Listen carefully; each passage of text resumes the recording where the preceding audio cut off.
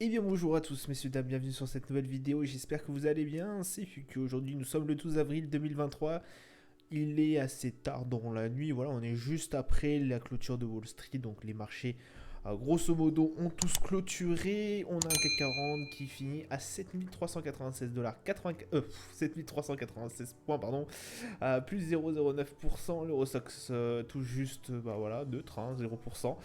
Le DAX plus 0,31, le FTSE on est à plus 0,50, le Dow Jones qui finit dans le rouge à moins 0,11, le Nasdaq à moins 0,85, le Nikkei 225 plus 0,57 pardon.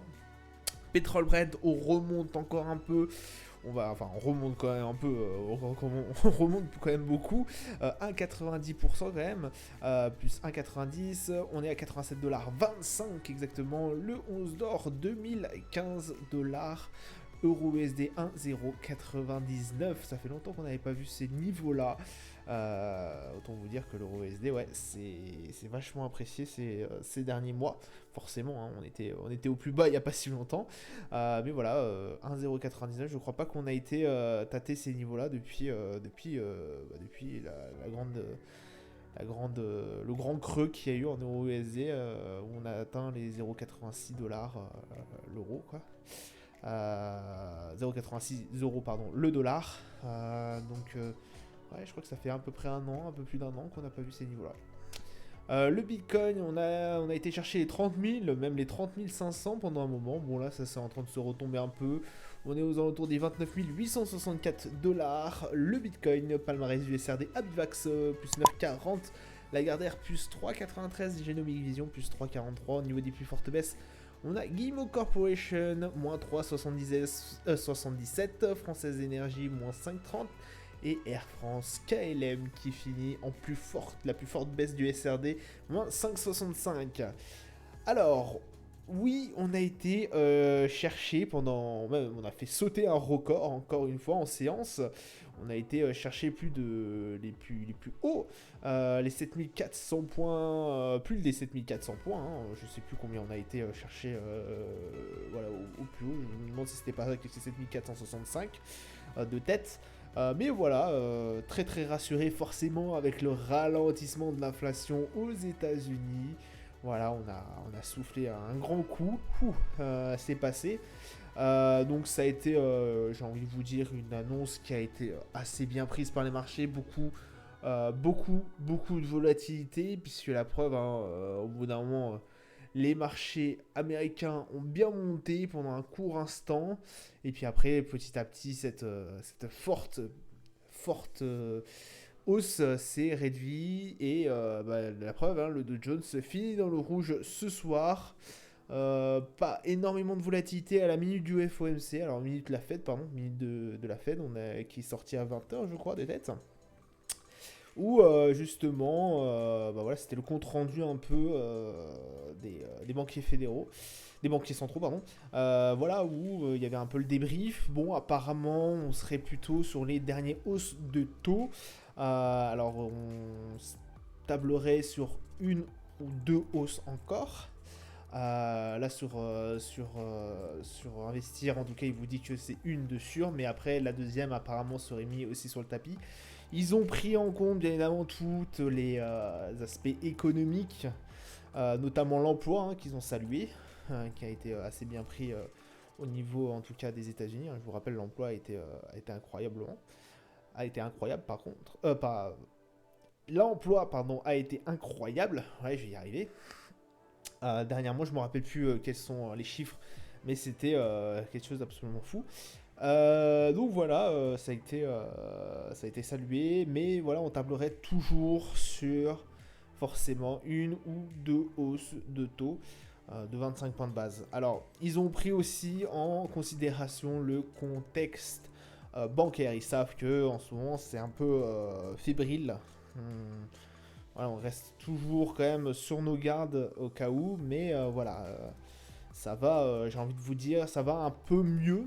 Bon, même si le Nasdaq tire un peu la gueule ce soir, en tout cas au niveau de notre CAC 40, vraiment, se débrouille vraiment très très bien, tiré forcément par certaines valeurs. Alors il y a Hermès qui est sur les plus hauts, On a forcément LVMH aussi qui gagne, je sais plus. Alors là, ils ont publié leurs résultats, je crois, il n'y a pas si longtemps. Ou je sais plus ce qu'ils ont publié. Et qui leur a fait bondir de je sais plus combien de pourcents. Enfin, c'est incroyable. LVMH, c'est de la folie. Ah non, pardon, ils ont rien publié du tout. Ça fait depuis le début de l'année, je crois, j'ai vu ça, qu'ils ont pris plus 20%. Pardon, j'ai dit des bêtises, j'ai dû confondre avec autre chose. Voilà. Donc c'est quand même assez fou en tout cas ce qui se passe sur notre CAC 40. Le pétrole, on reste très très attentif quand même, 87,25, ça a bougé aujourd'hui. Forcément avec les annonces qu'on a eues. Et puis notamment aussi toujours l'effet de l'OPEP. Je vous rappelle que depuis un certain moment on avait stagné à 85 $ et quelques. Là c'est en train de monter petit à petit, crescendo. Donc voilà, on reste quand même méfiant au niveau du Brent. Voilà.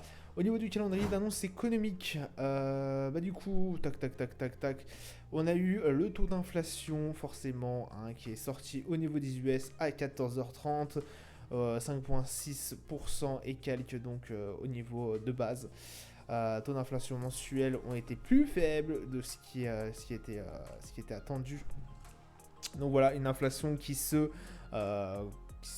contracte, qui se réduit petit à petit. On pensait à toucher un taux d'inflation annuel à 5,2, on n'avait que 5% et quelques forcément.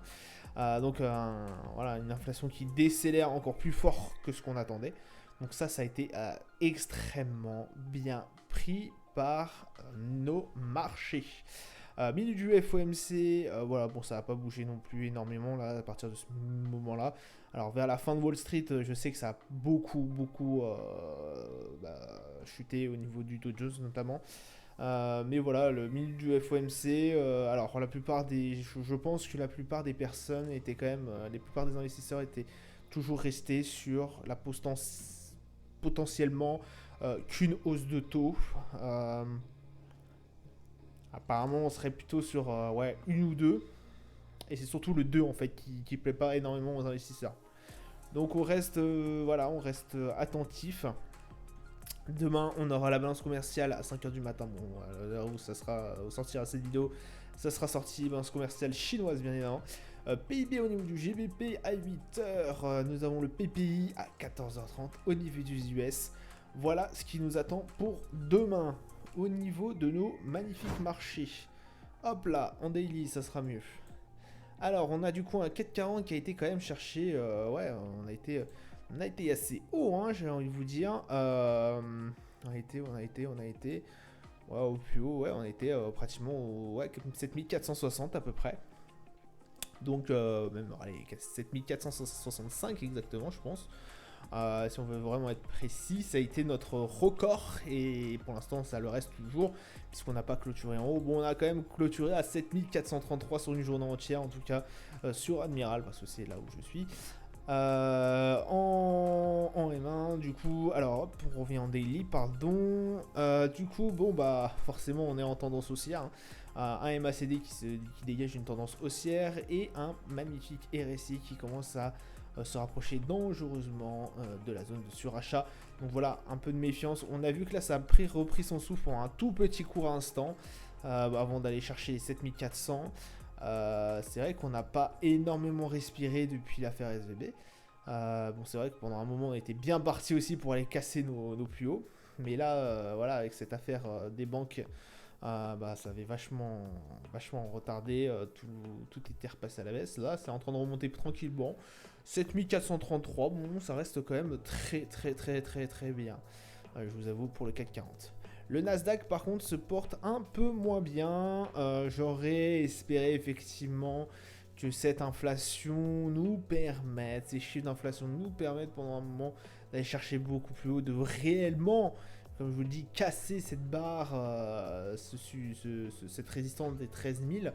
Pour l'instant, elle est toujours active, 12 851. On est sur un niveau toujours technique parce que là, vraiment, j'attendais énormément de l'inflation et de la minute de la Fed pour nous propulser au moins hors du champ de ces 13 000, de ce support, de cette résistance des 13 000, ou au moins qu'elle joue un rôle de support par la suite. Là, ça n'a pas été le cas. On n'a pas réussi pour l'instant. Donc on reste toujours entre nos 13 000 et nos 12 000. Vigilance du coup au niveau du Nasdaq, même si on a bien repris depuis les affaires, depuis les affaires de banque là. On reste quand même assez vigilant. On est loin de nos sommets, hein. On est à 20% et quelques de nos sommets de différence. C'est quand même assez pharaonique. Mais bon, là, ça a pas fort non plus. Je pensais que cet élan qu'on avait commencé en janvier, voilà, petit à petit, on était remonté. Là, j'ai vraiment l'impression qu'on n'arrive pas vraiment à se dégager de cette barre des 13 000. Pourtant, moi, j'aurais perçu un mouvement. Alors, c'est vrai que s'ils osent deux fois de 25 points de base, les taux, ça ne rassure pas forcément les marchés. Une fois, ils auraient espéré, deux fois, c'est peut-être un peu trop.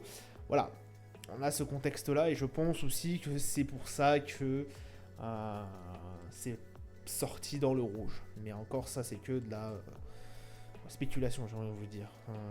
Réellement, là, voilà, pour l'instant, les vendeurs ont pris la main sur cette journée-là. À voir si par la suite on y retournera sur ces 13 000 ou si là on va assister petit à petit à une dégringolade, ce que j'espère vraiment pas. Le RSI, bon bah du coup qui commence à arriver en zone de neutralité, mais un MACD qui reste toujours sur une tendance haussière, hein. Depuis le 13 mars, on est quand même bien remonté, on stagne sur cette barre des 13 000. À voir ce que ça va donner par la suite. Le Brent qui nous a fait une hausse, la deuxième depuis 2 jours, hein, donc deuxième d'affilée, 87,41, bon on est toujours dans cette range des 90 et des 80 dollars. C'est vrai qu'on ne sait pas trop où on va au niveau du Brent, alors oui ça remonte encore un tout petit peu, est-ce qu'on va atteindre les 100 dollars le baril durant cette année? Parce que je vous rappelle, hein, c'est l'objectif de l'OPEP, voilà, donc qui a fait une réunion il y a une semaine, un peu plus d'une semaine, pour décider qu'ils allaient réduire la quantité de pétrole par jour de 1 million de barils. Voilà, donc 1 million de barils et quelques, je crois, hein, de tête, c'est ça. 1 million de barils et quelques en moins sur le marché, donc forcément ça fait monter les prix. C'est pour ça que vous avez un énorme gap ici, hein, je vous le rappelle, entre les 80 et les 84 et les 85 dollars, pardon. Ouais, 85-84.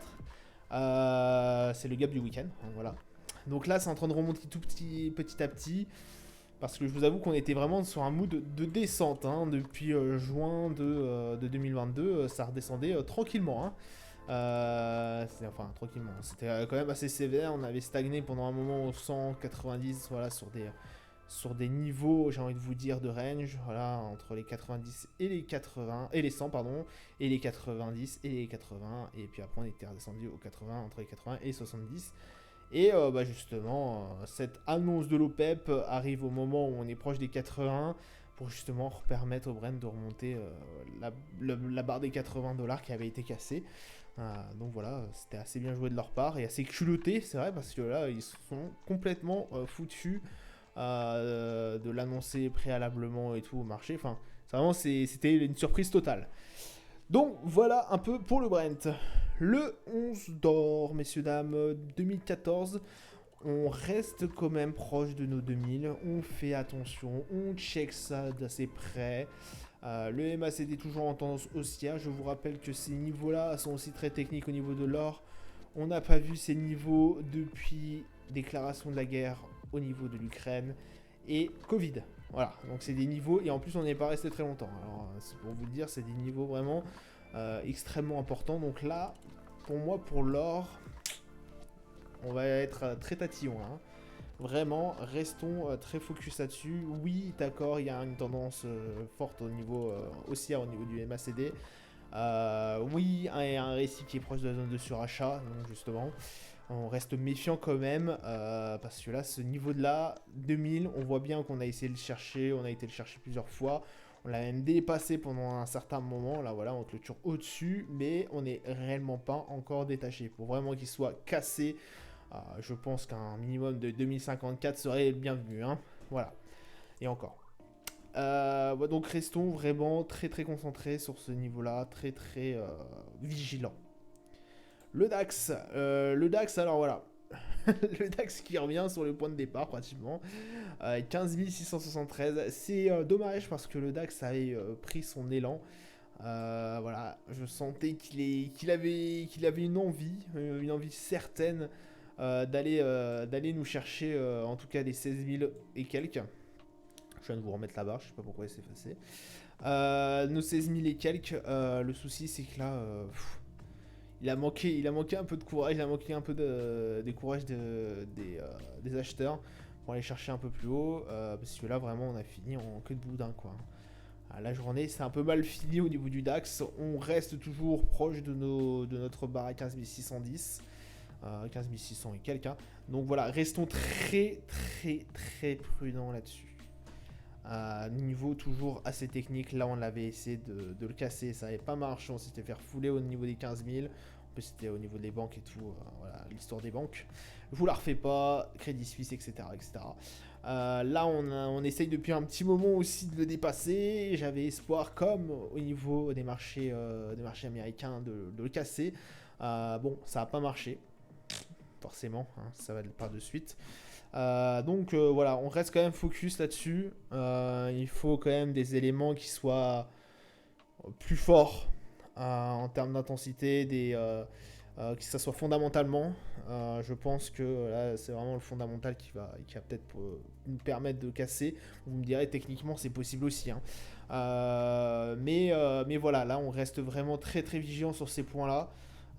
C'est vraiment quelque chose à checker d'assez près. Le S&P, on est aux alentours des 4090. On est ouais, toujours entre les 4300 et les 4041. Que vous dire de plus. Ouais, séance rouge encore au niveau du S&P.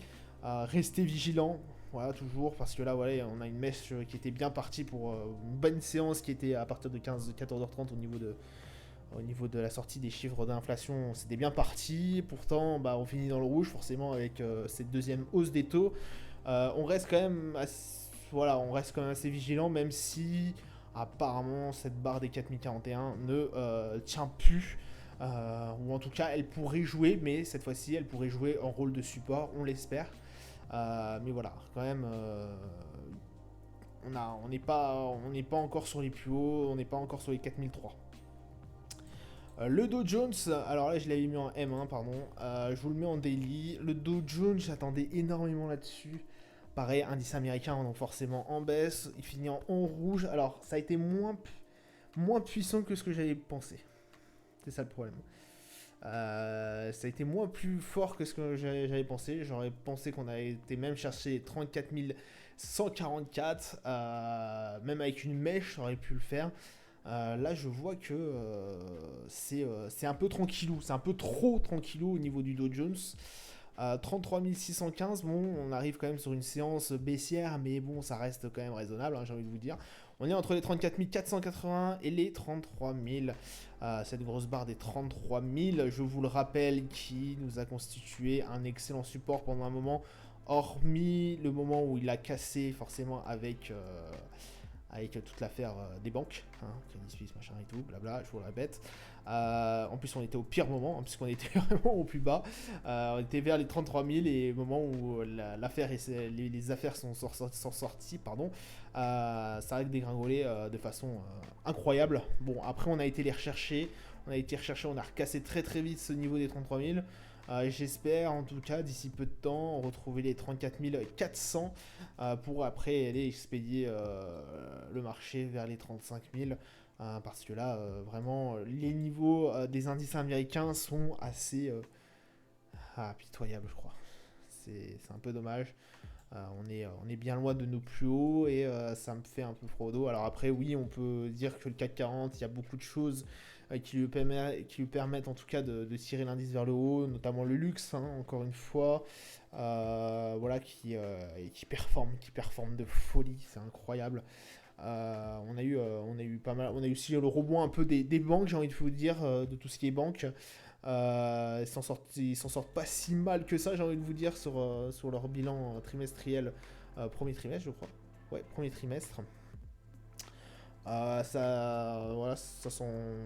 on voit, enfin, leur dernier trimestre, pardon, j'ai oublié. Sur leur dernier trimestre, voilà, ils s'en sortent pas si mal que ça. hormis Société Générale, mais bon là c'est plutôt dans le contexte guerre en Ukraine, ils ont dû vendre leurs actifs de banque très très vite, en tout cas au niveau de la Russie. Donc là, c'est un peu foutu. Ils ont dû brader en fait. Ils ont bradé au plus offrant leurs activités en Russie. Donc forcément, ça c'est un certain coût. Mais sinon, ça s'est plutôt bien passé. Mais le système bancaire, du coup, depuis cette chute de SVB et tout, qui avait pris un sacré coup, là, c'est en train de reprendre petit à petit. Donc du coup, tout ça, en plus du luxe, nous tire un peu le CAC 40 vers le haut. Et tant mieux, j'ai envie de vous dire. Mais voilà, c'est pas la même chose en tout cas sur le Nasdaq, puisque le Nasdaq, on le sait bien, est très friand de tout ce qui est investisseurs et autres. Et forcément, je vous refais pas le truc, hein, mais plus les taux sont élevés, plus forcément vous allez emprunter plus cher à la banque, donc moins il y aura d'investisseurs pour le moment, et forcément ça impacte négativement le Nasdaq, hein, qui est une valeur de la tech. Voilà, bon, je pense que je vous ai à peu près tout débriefé, n'hésitez pas voilà, à me dire dans les commentaires ce que vous en pensez, si vous n'êtes pas d'accord d'ailleurs, hein, vous avez le droit, hein, vous avez chacun a son propre avis sur les marchés. Mais voilà, et puis je vous souhaite une excellente journée, une bonne soirée à vous. Bon trade pour ceux qui vont trader demain, et je vous dis à plus tard. Ciao ciao.